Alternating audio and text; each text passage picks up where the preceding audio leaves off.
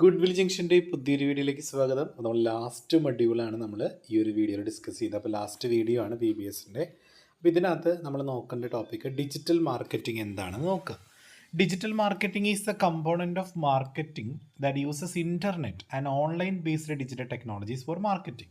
അത് digital marketing എന്ന് പറഞ്ഞിട്ടുണ്ടെങ്കിൽ നമ്മൾ മാർക്കറ്റിംഗ് ഇൻ്റർനെറ്റിൻ്റെ സഹായത്തോട് കൂടിയിട്ടോ അല്ലെങ്കിൽ ഏതെങ്കിലും നൂതന സാങ്കേതിക വിദ്യ ഡിജിറ്റൽ ബേസ്ഡ് ആയിട്ടുള്ള ഏതെങ്കിലും ഓൺലൈൻ ടെക്നോളജി ഉപയോഗിച്ചിട്ടോ ആണ് മാർക്കറ്റിംഗ് ചെയ്യുന്നതെങ്കിൽ അതിനെയാണ് ഡിജിറ്റൽ മാർക്കറ്റിംഗ് എന്ന് പറയാം.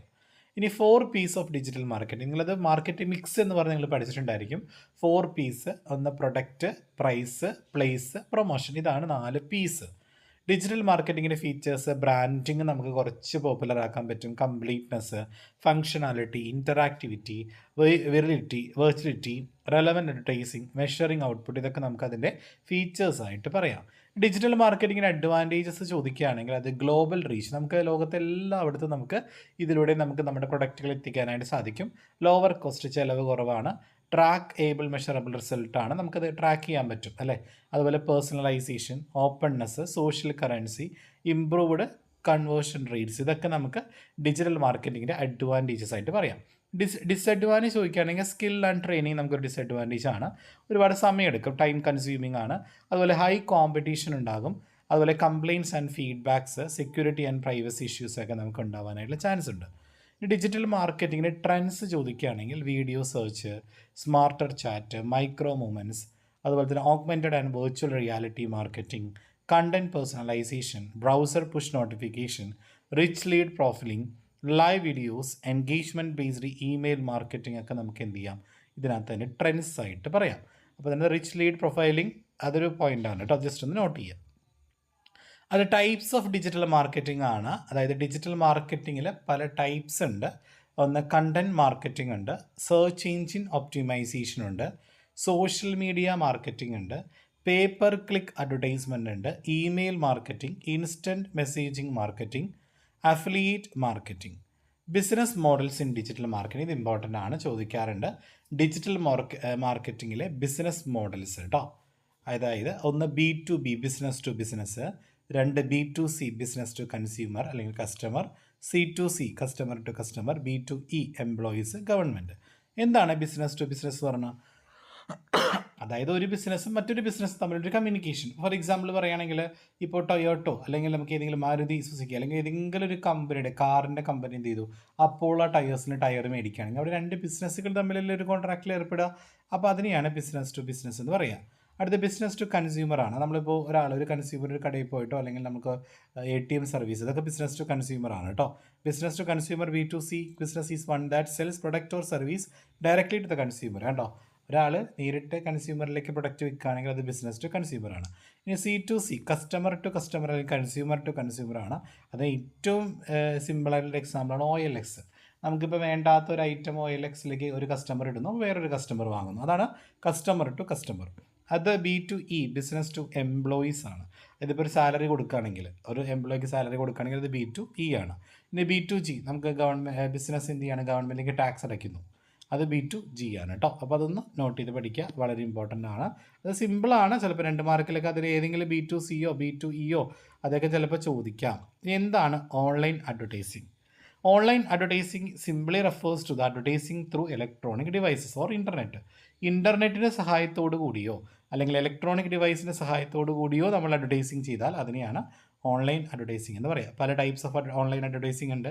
നേറ്റീവ് അഡ്വർടൈസിങ് ഉണ്ട്, SEM, സെർച്ച് എഞ്ചിൻ മാർക്കറ്റിംഗ് ഉണ്ട്, ഡിസ്പ്ലേ അഡ്വർടൈസിങ് ഉണ്ട്, മൊബൈൽ അഡ്വർടൈസിങ് ഉണ്ട്, സോഷ്യൽ ആഡ്സ് ഉണ്ട്, അതുപോലെ തന്നെ റീടാർഗറ്റിംഗ് ആൻഡ് റീമാർക്കറ്റിംഗ് ഉണ്ട്, അതുപോലെ ഇമെയിൽ മാർക്കറ്റിംഗ് ഉണ്ട്. ഇത്രയൊന്നും ഓർത്ത് വയ്ക്കുക, ചിലപ്പോൾ SC ആയിട്ടോ അല്ലെങ്കിൽ 5 മാർക്കിനൊക്കെ ചോദിക്കാം ഏതൊക്കെയാണ് ടൈപ്സ് ഓഫ് ഓൺലൈൻ അഡ്വർടൈസിങ് ചോദിക്കുക. അപ്പോൾ ആദ്യം ലിസ്റ്റ് ഔട്ട് ചെയ്തിട്ട് അതിനെ ബ്രീഫായിട്ടൊന്ന് എക്സ്പ്ലെയിൻ ചെയ്യാൻ ശ്രദ്ധിക്കുക. നേറ്റീവ് അഡ്വർടൈസിങ് പറഞ്ഞാൽ this term is associated with more unconventional online advertising ആണ് കേട്ടോ. അപ്പോൾ അൺകൺവെൻഷണൽ എന്നുള്ളത് ഒന്ന് അണ്ടർലൈൻ ചെയ്ത് പഠിക്കുക എല്ലാവരും കേട്ടോ. It uses a strategy which shies away from banner formats or sponsored content in an attempt to win a user's trust by offering them solutions to their problem. അതായത് പ്രോബ്ലംസ് സൊല്യൂട്ട് ചെയ്തുകൊണ്ട് അവർക്ക് ഒരു win ചെയ്യാനുള്ളതായിട്ടുള്ള ഒരു സ്പോൺസർഷിപ്പിലൂടെ നമ്മൾ advertising ചെയ്യുകയാണെങ്കിൽ അതിനാണ് native advertising എന്ന് പറയുക. Search engine with this type of campaign the goal is to be achieve increased brand awareness in a very short amount of time. കുറഞ്ഞ സമയം കൊണ്ട് നമ്മൾ ബ്രാൻഡ് അവെയർനെസ് കസ്റ്റമറിലേക്ക് എത്തിച്ചുകൊണ്ട് ചെയ്യുന്ന മാർക്കറ്റിംഗ് ആണ് SEM. ഡിസ്പ്ലേ അഡ്വർടൈസിംഗ് പറയാം among the more visual online advertising. Visualise ചെയ്യുക, നമ്മുടെ കാര്യങ്ങളെക്കുറിച്ചുള്ള കാര്യങ്ങൾ അഡ്വർടൈസ്മെൻറ്റ് വഴി വിഷ്വലൈസ് ചെയ്ത് ഡിസ്പ്ലേ ചെയ്തുകൊണ്ട് കസ്റ്റമറിലേക്ക് എത്തിക്കുന്ന രീതിയാണ്. ഇതിനകത്ത് ഇമേജസും വീഡിയോസൊക്കെ പബ്ലിഷ് ചെയ്തുകൊണ്ടായിരിക്കും, വെബ്സൈറ്റിൽ പബ്ലിഷ് ചെയ്തുകൊണ്ടായിരിക്കും നമ്മൾ നമ്മുടെ പ്രൊഡക്റ്റുകളെ കുറിച്ചുള്ള ഡീറ്റെയിൽസ് അവരിലേക്ക് എത്തിക്കുക.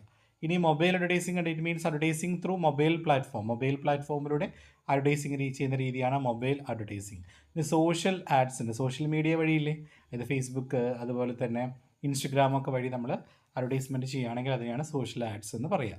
റീടാർഗറ്റിംഗ് ആൻഡ് റീമാർക്കറ്റിംഗ് ഉണ്ട്. റിമൈൻഡിങ് റിപ്പീറ്റ് കസ്റ്റമേഴ്സ്, അത് കസ്റ്റമേഴ്സ് നമ്മൾ റിപ്പീറ്റഡായിട്ട് റിമൈൻഡ് ചെയ്യുക, നമ്മൾ ആ പ്രൊഡക്റ്റിനെ കുറിച്ചുള്ള ഡീറ്റെയിൽസുകളും അതുപോലെ തന്നെ അതുമായി ബന്ധപ്പെട്ട കാര്യങ്ങളൊക്കെ ഇന്ന വെബ്സൈറ്റിൽ വിസിറ്റ് ചെയ്യുക എന്നൊക്കെ രീതിയിൽ നമ്മൾ അറിയിക്കുക. അടുത്ത ഇമെയിൽ മാർക്കറ്റിംഗ് എന്ന് പറഞ്ഞിട്ടുണ്ടെങ്കിൽ നമ്മൾ ഇമെയിലിലൂടെ അല്ലെങ്കിൽ ആ ഒരു നമ്മുടെ പുതിയ പ്രൊഡക്റ്റുകളൊക്കെ നമ്മൾ ലോഞ്ച് ചെയ്യുന്നുണ്ടെങ്കിൽ അത് ഇൻഫോം ചെയ്യുന്ന രീതിയാണ് ഇമെയിൽ മാർക്കറ്റിംഗ്.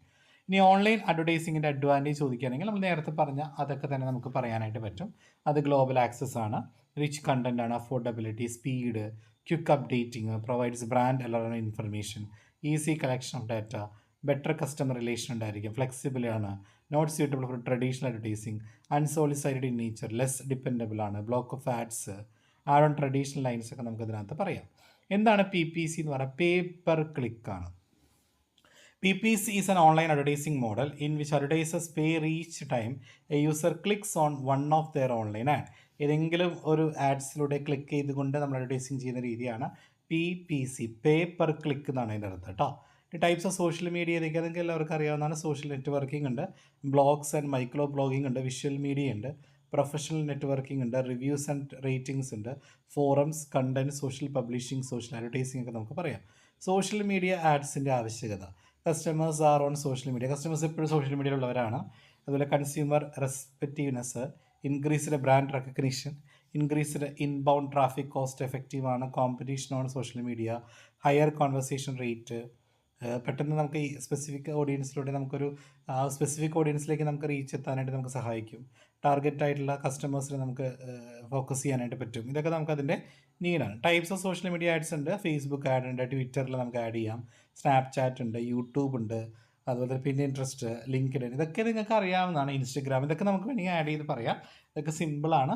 അപ്പോൾ ഇത്രയും കാര്യങ്ങളാണ് നിങ്ങൾക്ക് പറയാനുള്ളത്. അപ്പോൾ ഈ ഒരു സബ്ജക്റ്റ് നമ്മൾക്ക് ചുരുക്കി പറഞ്ഞാൽ നിങ്ങൾക്കൊന്ന് വായിച്ച് നോക്കിയാൽ കിട്ടാവുന്ന ഒരു സബ്ജക്റ്റാണ്. അപ്പോൾ എല്ലാവരും തന്നെ നന്നായിട്ട് പഠിച്ചു പോയി നല്ല സ്കോർ വാങ്ങാനായിട്ട് ശ്രദ്ധിക്കുക കേട്ടോ. Okay, thank you, all the best.